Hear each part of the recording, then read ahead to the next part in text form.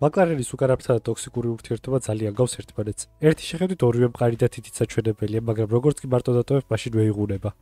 არა, მე არავის პირად ცხოვრების გახილვას არ ვაპირებ, ჯერ. მაგრამ შევეცდები აგიხსნათ თუ რა ჯანმრთელობა ხდება მაკლარენისთავს და რატომ იღუნება მათი უკანაფრთა. სეზონი ზუსტად ისე დაიწყო, როგორც ამას გულშემატკივრები ველოდებოდით. მაგრამ რბოლის დასრულებიდან რამდენიმე საათში საერთოდ ყველა სოციალური ქსელი მოიცვა ვიდეომ, სადაც ჩანს თუ როგორ იღუნება მაკლარენის უკანაფრთა. ერთი შეხედვით საერთოდ არაა გასაკვირი 300 კმ/სთ-ზე არც თუ ისე სქელი დეტალი გაიყუროს.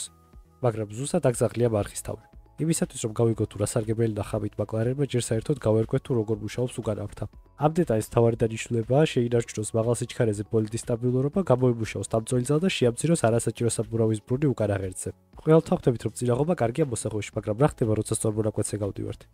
დიახ, უკანაფრთას ვხსნით. სწორედ ესაა DRS-ის სისტემა. იკლებს უკანაფრთის შემხებლობა შემხვეთ ჰაერთან დაახლოებით 10-15%-ით და ამის ხარჯზე იზრდება ბოლტის მაქსიმალური სიჩქარე.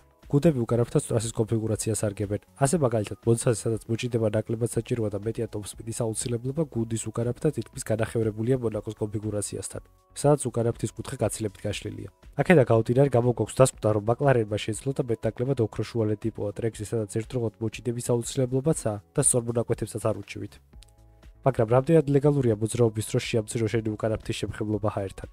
2025 წლის 26 თებერვალს FIA ოფიციალურად გამოაქვეყნა ტექნიკური რეგულაციების PDF-ი, სადაც წერია, რომ უკანაფრთის დრეკადობა 750 ნიუტონ დატვირთვაზე, რაც დაახლოებით 76 კილოა, ინდივიდუალურად X, Y და Z კოორდინატებისთვის არ უნდა აღემატებოდეს 2 მმ-ს. ანუ სტაციონარულ მდგომარეობაში მყოფი ბოლიდის უკანაფრთაზე რომ მიუკიცრუნოთ და დავსვათ და ხელში მოზრდილი კახური საზამთრო დავაჭეროთ, უკანაფრთა მაქსიმუმ 2 მმ-ით დეფორმირდება. რასაკვირველია, საბოლოო რეჟიმში დატვირთვა უკანაფრთაზე გაცილებით მეტია ვიდრე 750 ნიუტონი. მაგრამ FIA ამით თავს იზღვის, რომ ბოლის დროს უკანაფრთა დაშვებულზე მეტად არ დეფორმირდება. ბრიტანელებმა კი შეძლეს და ტესტები წარმატებით გაიარეს, მაგრამ მათი უკანაფრთა აშკარად დაშვებულზე მეტად იცვლიდა ფორმას ავსტრალიის უქმეებზე. 2021 წლის რეგლამენტის მიხედვით ბოლიდებს უკანაფრთის დახმარებით უფრო მეტი დამძოლი ძალის გამომუშავება შეეძლოთ, ვიდრე წლევადელ მანქანებს. ამის მიუხედავად, საბოლოო რეჟიმში ორჯერ მეტი დატვირთვის ქვეშ მყოფი RB16 bis და წლევადელი MCL39-ის უკანაფრთა დაახლოებით 1 ტონეზეა დეფორმირებული, განსხვავებული რეგულაციებისა და რეგლამენტის პერიოდში. ვინაიდან და რადგანაც მაკლარენმა დადგენილ ტესტებს იდეალურად გაუძლო და ვიღაცების აზრით FIA-ს და Red Bull-ს ეს ყველაფერი არ აწყობს,